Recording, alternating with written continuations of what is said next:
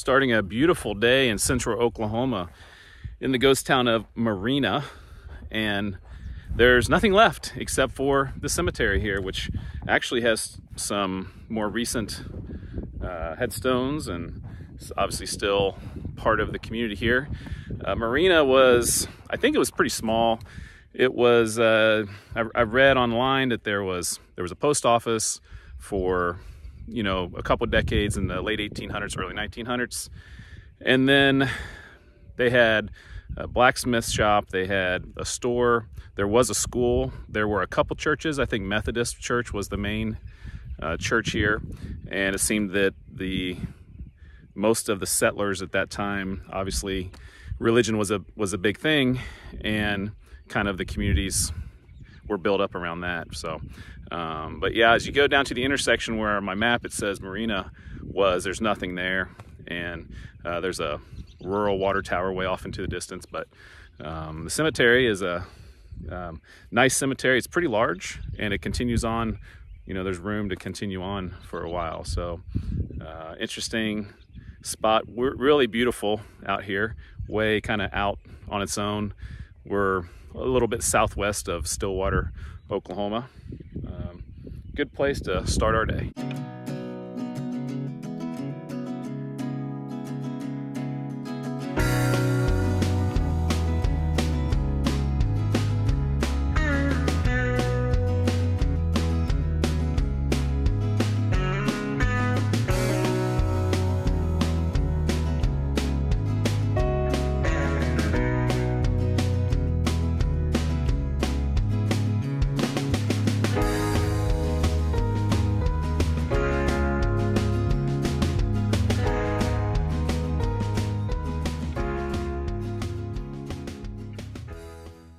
Pleasant Valley used to be pretty significant town, and as I arrived to where it says Pleasant Valley on the map, I really can't find much of anything remaining.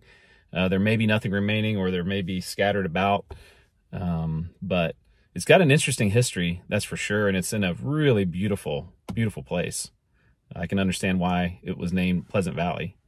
It was also named Cowboy Flats, and it was a place where people would bring their cattle to graze. And just south of the Cimarron River, it's literally just a mile or so north of where it says the town was. It was also named Campbell, and a post office was opened named Anna. So I'm not sure about why all the different names before it became Pleasant Valley in the early 1900s. This was just before Oklahoma was a state, and there were people that came here, you know, the Sooners. This was part of the land, the unassigned lands that they would come to and settle, you know, before the actual land run started.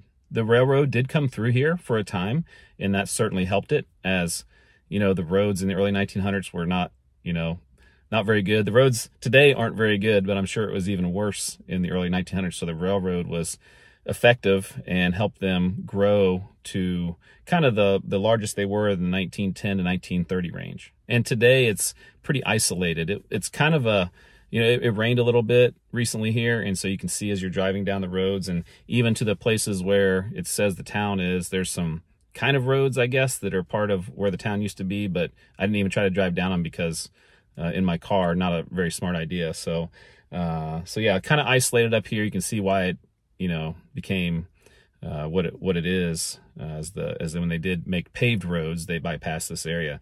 But it is a very beautiful area to visit, and glad I made the trip.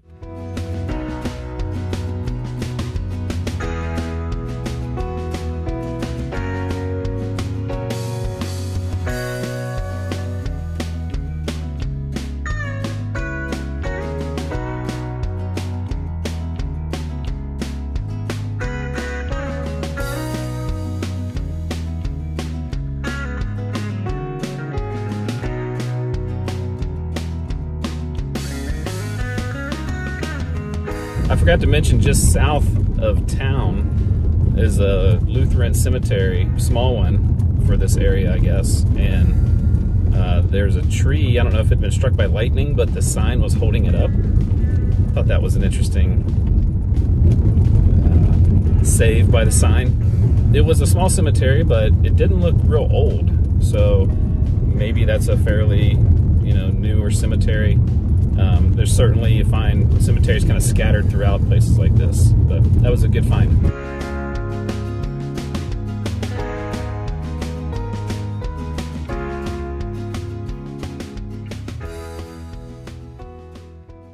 Another ghost town and another cemetery is basically all we've found. It's all we found all day today so far. But Lawrie here, it's about 1.5 miles from where the dot is on the map is where the cemetery is, and had post office for a few years in the late 1800s.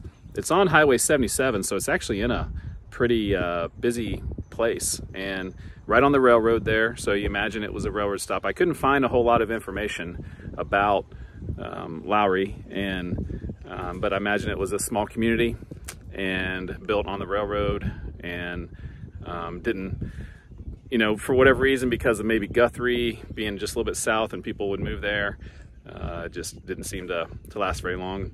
Pretty nice modern cemetery here, and but we'll look at this and then we'll try to find somewhere with maybe some historic buildings.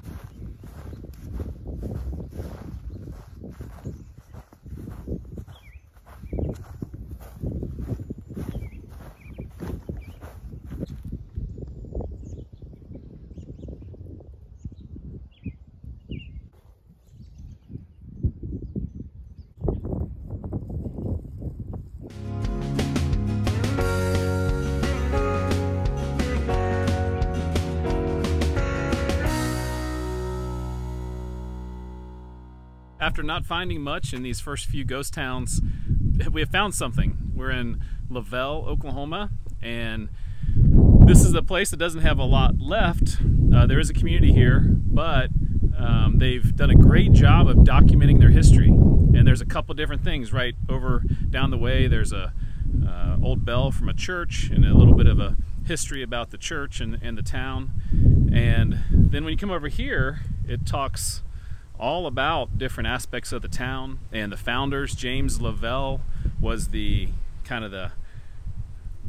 person who the town was named after. It was originally called Perth in 1889 when they had the Oklahoma land run and the unassigned lands and all that time. And this community developed into a town or a community called Perth, at least. And then when James Lovell moved here in the early 1890s, he helped bring a railroad here. He was just basically the father of the town here, and it built up through basically the early 1900s, and then there was oil discovered nearby, and that made a boom here. I think there was over 1,000 people living here at one time, and then like all the oil booms, there is a bust, and then fire destroyed many of the businesses in the downtown area, and obviously had a decline at that point. And so fascinating place to come look around. The streets are named Kansas, Oklahoma, and Texas, as you kind of are checking out on the map.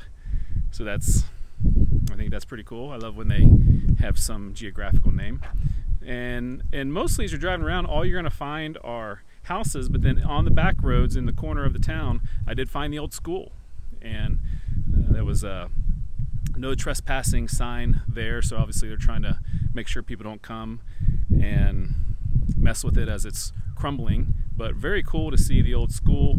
It closed, I believe, in the 1950s. I have always hoped that when you go to a town, it tells a little bit of the history, and thankfully people here care enough about their history to spend a lot of money. I imagine this costs tens of thousands of dollars to put together, but what a great memorial to what the town used to be, and so people can come here and learn the history of Lovell.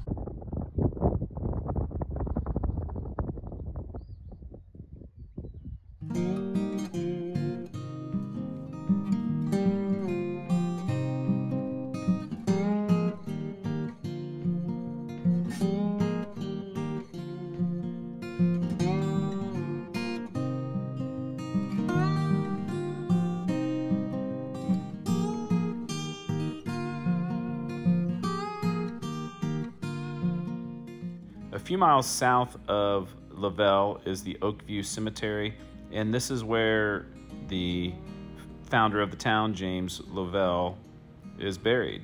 And There you go, James Lovell and his wife Mary.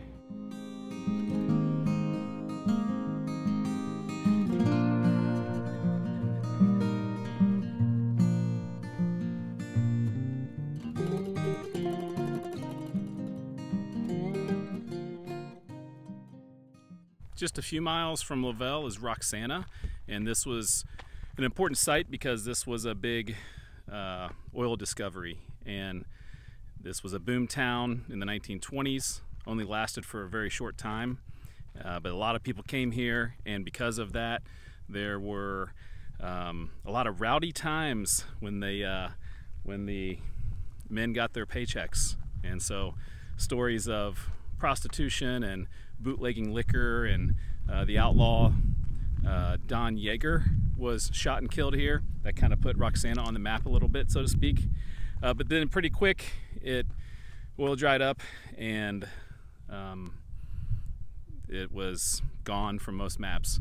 But you know, it's not totally dried up. There's still a couple. There's still some oil business that looks like going on out here, but there's nothing left of the original town. There is a little marker that tells some history. It's not as detailed history as when we were in Lovell, but it does give some history, and so that's a nice touch here in Roxana.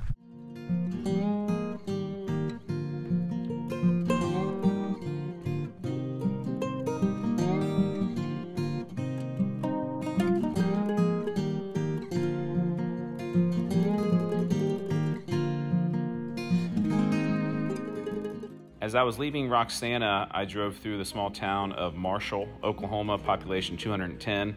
And I know there wasn't a lot of old buildings in this episode, so I thought I'd show you a few here. This is not a ghost town. Actually, it's still an incorporated town, like I said, with a couple hundred people, but man, there are a lot of old crumbling buildings in the downtown area that I thought the viewers of these ghost town videos might like. And they also have 2 water towers side by side, which I thought were very unique in a town like that. So anyways, thanks for watching this video, and we'll see you down the road on the next one.